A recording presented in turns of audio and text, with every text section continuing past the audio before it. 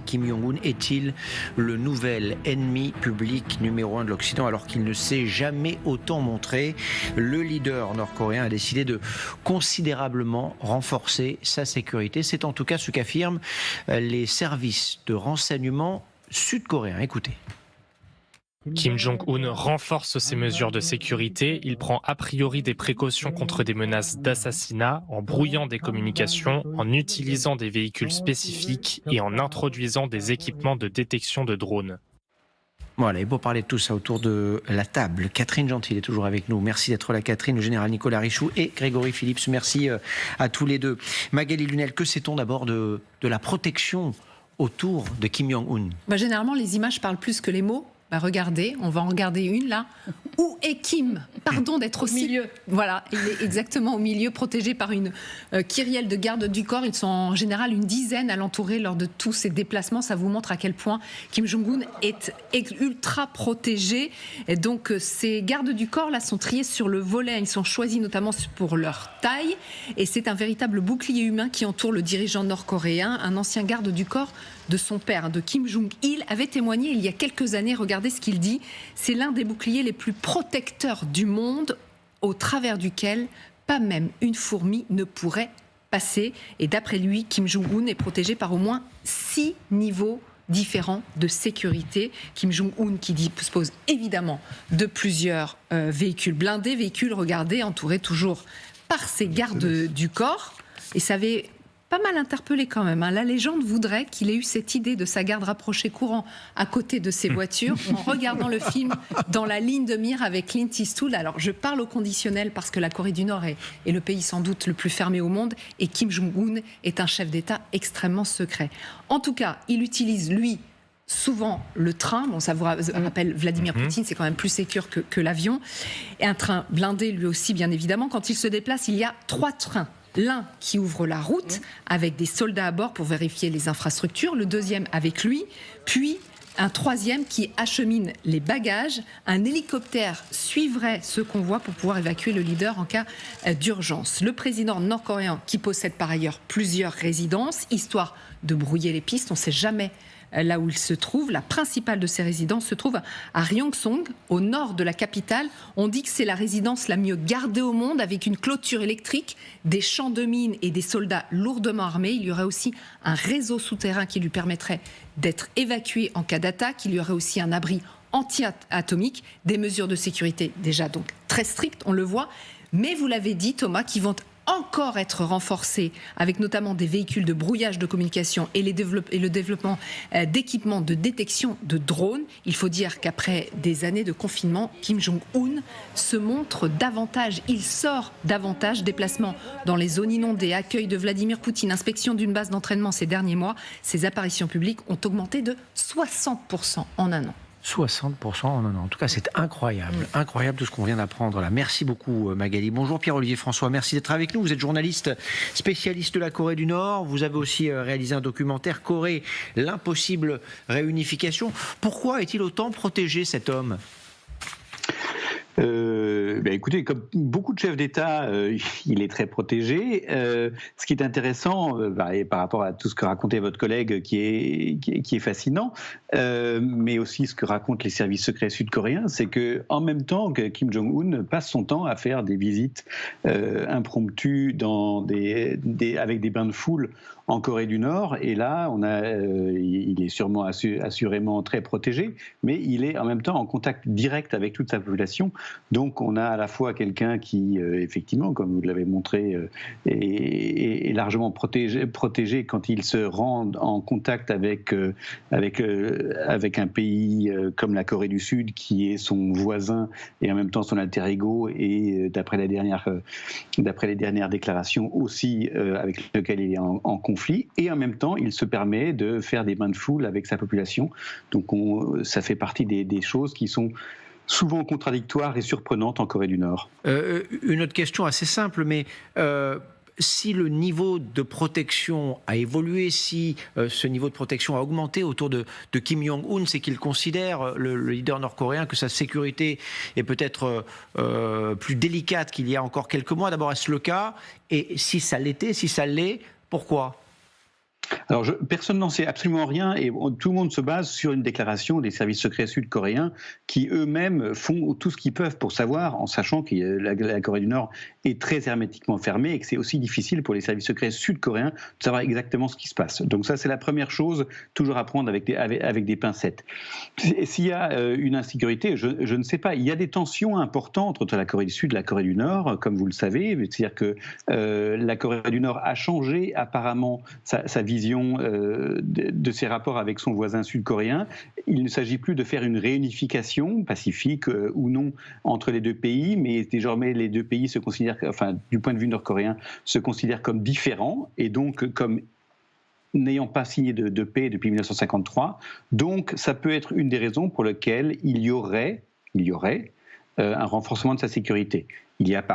Ensuite, il y a des vols de drones, des drones nord-coréens au sud et apparemment de vols de drones sud-coréens au nord. Est-ce que c'est une des raisons pour lesquelles ça a lieu? Peut-être. Troisièmement, il y a un bras de fer qui se joue en Ukraine, puisque la Corée du Nord, maintenant, s'est confirmée à envoyer environ 10 000 soldats pour aider la Russie. On ne sait pas encore exactement comment.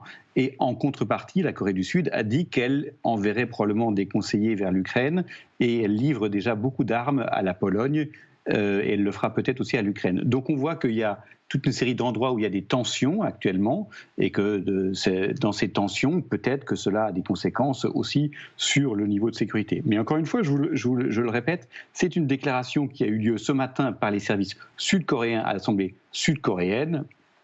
À voir. À voir. Ah ben c'est ce qu'on va voir, Pierre-Olivier François. Qu'est-ce qu'il faut penser de cette déclaration? Alors ça, c'est un point intéressant, ce que nous dit Pierre-Olivier François.